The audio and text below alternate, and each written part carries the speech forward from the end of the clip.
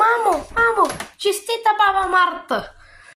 Мерси, на теб да ти бъде честита баба Марта.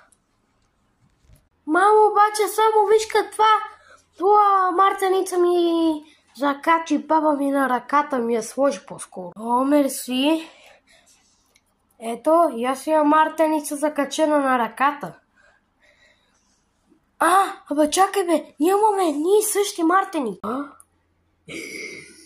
Да, вярно е. Да, наистина, аз точно това ти казвам.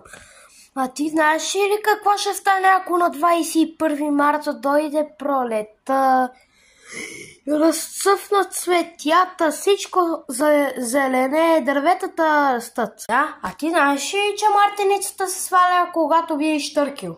Да, знам. Гледайте дългото видео в канала ни. Желаем ви лек ден.